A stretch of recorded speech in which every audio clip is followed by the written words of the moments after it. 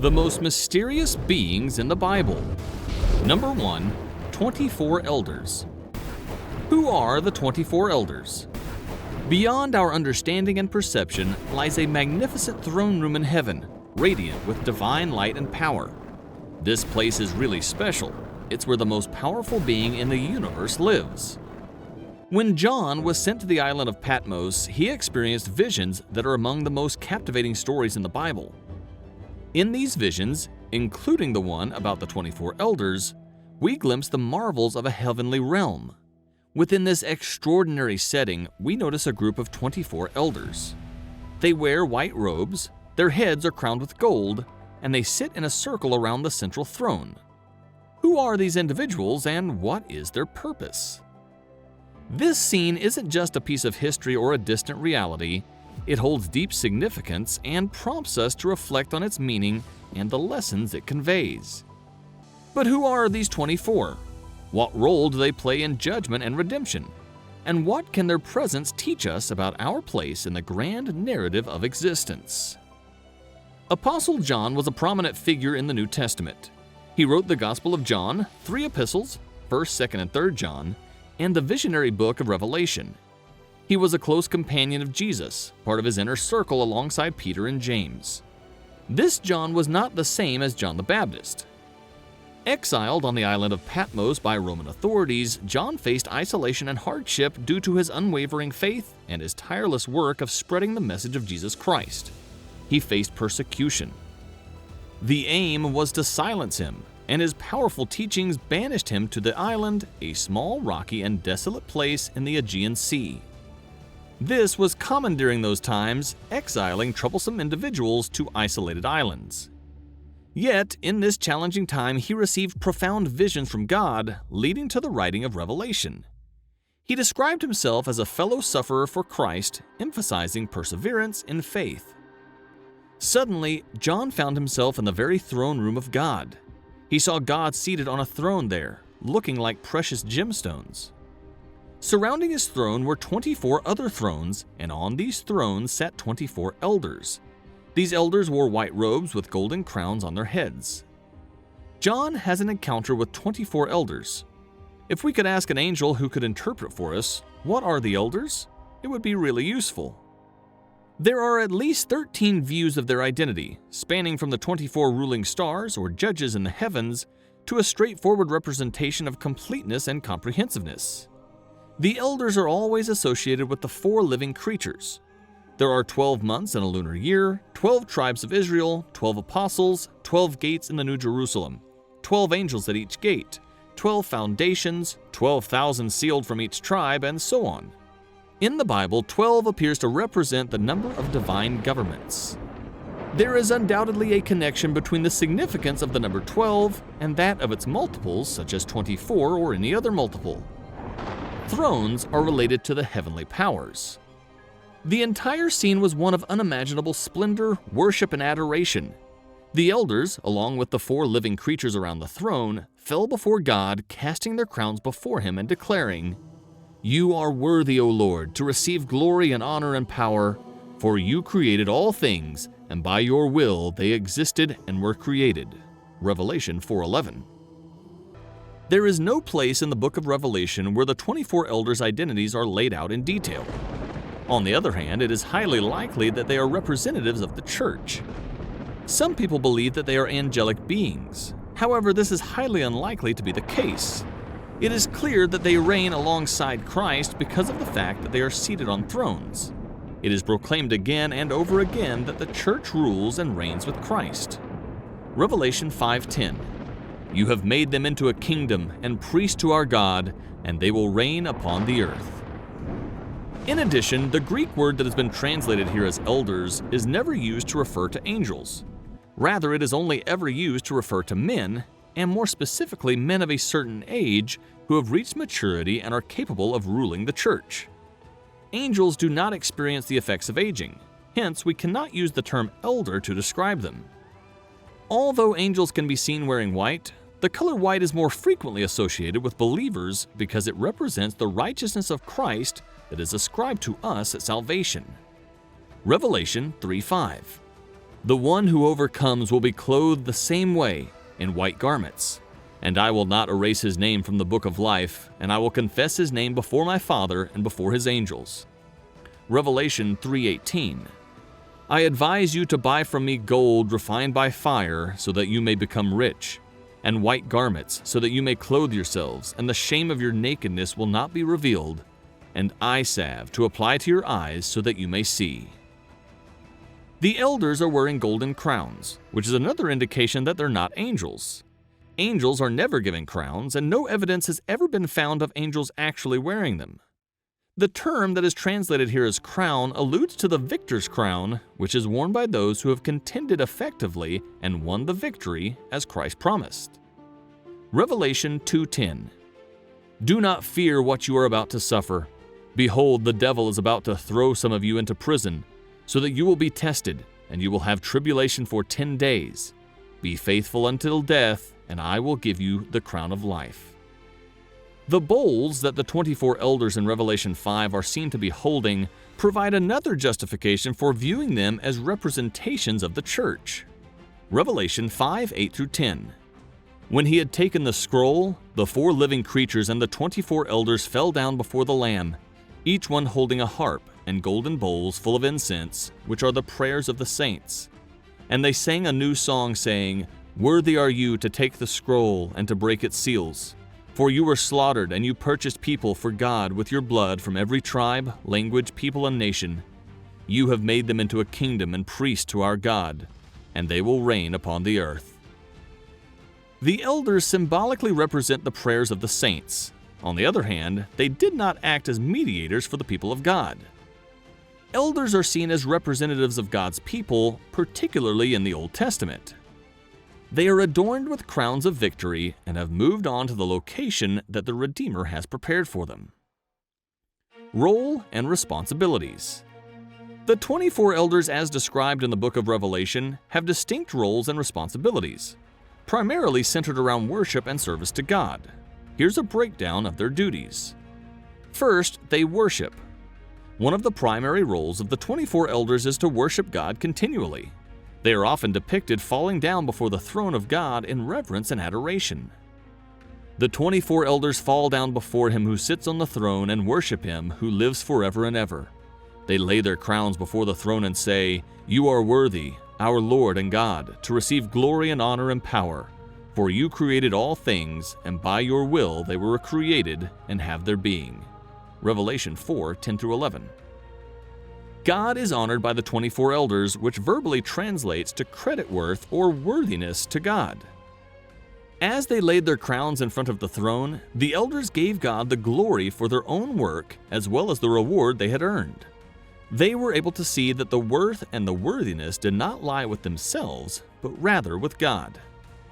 We read, Casting the crowns simply acted out their declaration, You are worthy, O Lord, to receive glory and honor and power. If God was worthy of glory and honor and power, then he should get the crown. There is also a reference to a custom that existed during the Roman Empire. The Emperor of Rome exercised authority over many lesser kings, and these kings were frequently required to pay tribute to the emperor by presenting themselves before him and placing their crowns on the ground before him. After that, he would hand them back to them as evidence that he was the one who had given them their crowns, their right to rule, and their victory. The crowns mentioned in Revelation 4:10 are the Stephanos crowns of victory, not royalty. These are the crowns of achievement that a victorious athlete in the ancient Olympian Games would receive for their accomplishments. Number 2, Leviathan, the sea monster. In the Bible, there are stories and teachings that include some very mysterious characters that are hard to understand or categorize. These characters are not as well known, but they still paint an important role.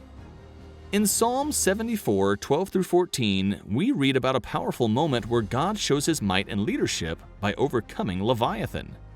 This victory is more than just a battle won, it represents God's supreme power to control what seems uncontrollable and to defeat evil. God's triumph over Leviathan isn't just a win, it's a message that he can bring peace and order where there once was chaos and destruction. Now, let's talk about Leviathan itself. This immense sea creature is recognized in many ancient writings, including the Bible, and it has fascinated people for generations. Leviathan isn't just any creature. It stands as a symbol of chaos, massive forces, or nature's wild strength that humans can't tame. When we focus on how Leviathan is portrayed in the Hebrew Bible and what it means in Christian thought, we see it's not just about a sea monster. It's about understanding God's power and the deep message woven into these stories.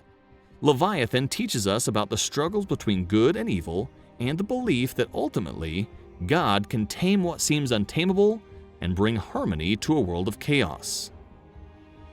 Biblical portrayal of the Leviathan. In the Hebrew Bible, especially in the books of Job and Psalms, we're introduced to the Leviathan, a huge and powerful sea beast. Job 41 gives us a close-up of this mighty creature. It talks about its gigantic size, scales that no weapon can get through, breath that seems to set the air on fire, and incredible power that leaves people in awe. This description is meant to show us that the Leviathan is a creature that humans can't tame or control. In Isaiah 27:1, Leviathan is depicted as a symbol of God's judgment upon the nations. The imagery of God slaying Leviathan represents his righteous judgment and ultimate victory over the forces of evil and oppression. Some interpretations view Leviathan as a metaphor for oppressive rulers or empires that oppose God's kingdom. The passage emphasizes God's role as the ultimate judge and leader of the nations, foreshadowing his triumph over all earthly powers. In Psalm 89, 9-10, Leviathan is referenced in this psalm as one of the creatures over which God exercises dominion. Some interpretations view Leviathan here as a literal creature, emphasizing God's sovereignty over the natural world. Others see Leviathan as a metaphorical symbol for the cosmic forces of chaos and evil that God subdues and controls. The passage highlights God's power and authority as the supreme leader of the universe. Interpretations of Leviathan across various biblical passages range from literal to metaphorical, reflecting different theological perspectives and themes within the biblical narrative. While some passages emphasize Leviathan as a fearsome sea creature, others use it as a symbol to convey deeper spiritual truths about God's sovereignty, judgment, and victory over evil. As believers engage with these passages, they may gain a deeper understanding of the significance of Leviathan within the biblical narrative and its implications for their faith and spiritual journey. Number 3. Cherubim, guardians of God's presence. 1 Kings 6:23-28. Inside the inner sanctuary he made 2 cherubim of olive wood, each 10 cubits high.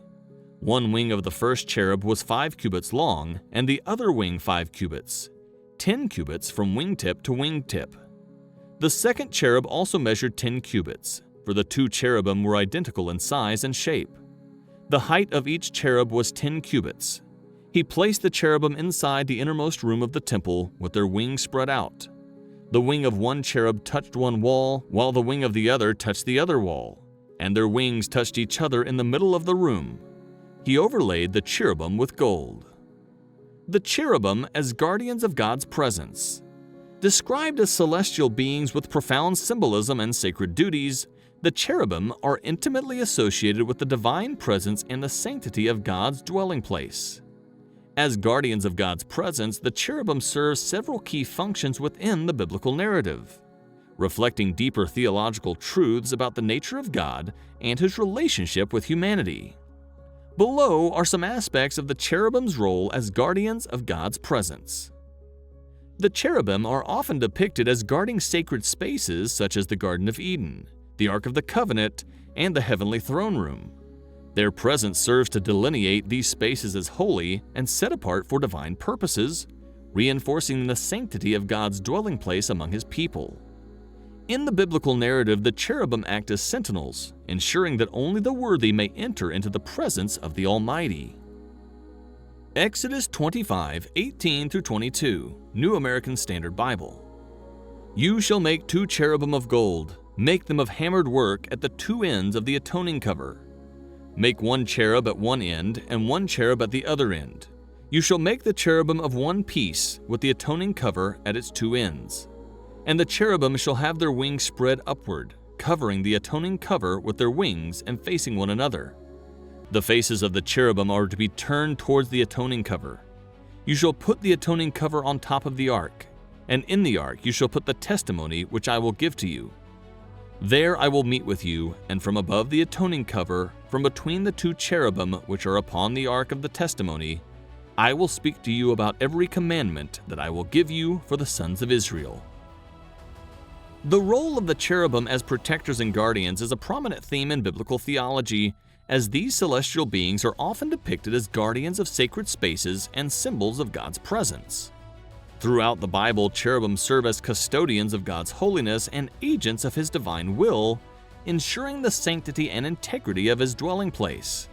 Here are some key aspects of their role as protectors and guardians. And within it were figures resembling 4 living beings, and this was their appearance. They had human form. Each of them had 4 faces and 4 wings. Their legs were straight, and their feet were like a calf's hoof, and they sparkled like polished bronze. Under their wings on the 4 sides were human hands, and for the faces and wings of the 4 of them, their wings touched one another. Their faces did not turn when they moved, each went straight forward. As for the form of their faces, each had a human face. All 4 had the face of a lion on the right and the face of a bull on the left, and all 4 had the face of an eagle. Such were their faces. Their wings were spread out above. Each had 2 touching another being and 2 covering their bodies, and each went straight forward. Wherever the Spirit was about to go, they would go, without turning as they went. In the midst of the living beings there was something that looked like burning coals of fire, like torches moving among the living beings. The fire was bright and lightning was flashing from the fire, and the living beings ran back and forth like bolts of lightning. Ezekiel 1:5-14, New American Standard Bible. Ezekiel 10:1-22. The vision begins with Ezekiel seeing the likeness of a throne above the expanse that appeared like sapphire. Seated on the throne is the figure of God, whose appearance is like that of a man. He commands a man clothed in linen to go between the whirling wheels beneath the cherubim and take coals of fire from among them. The man does as instructed, taking the fire and scattering it over the city as a sign of judgment. Meanwhile, the cherubim are described as having the appearance of a human form with 4 faces and 4 wings. Each cherub has the face of a man, a lion, an ox, and an eagle. Their wings are spread out, and they have human hands under their wings. The cherubim move with the wheels beside them, and the sound of their wings is compared to the voice of the Almighty. As Ezekiel continues to watch, the glory of the Lord departs from the temple, moving to the threshold of the temple. The cherubim lift their wings and rise from the earth, with the wheels beside them. The glory of the Lord then departs from the city of Jerusalem, settling on the mountain to the east of the city. This passage underscores the holiness of God and His righteous judgment upon Jerusalem. The cherubim, as heavenly beings, serve as agents of God's divine will, executing His commands with awe-inspiring power and precision.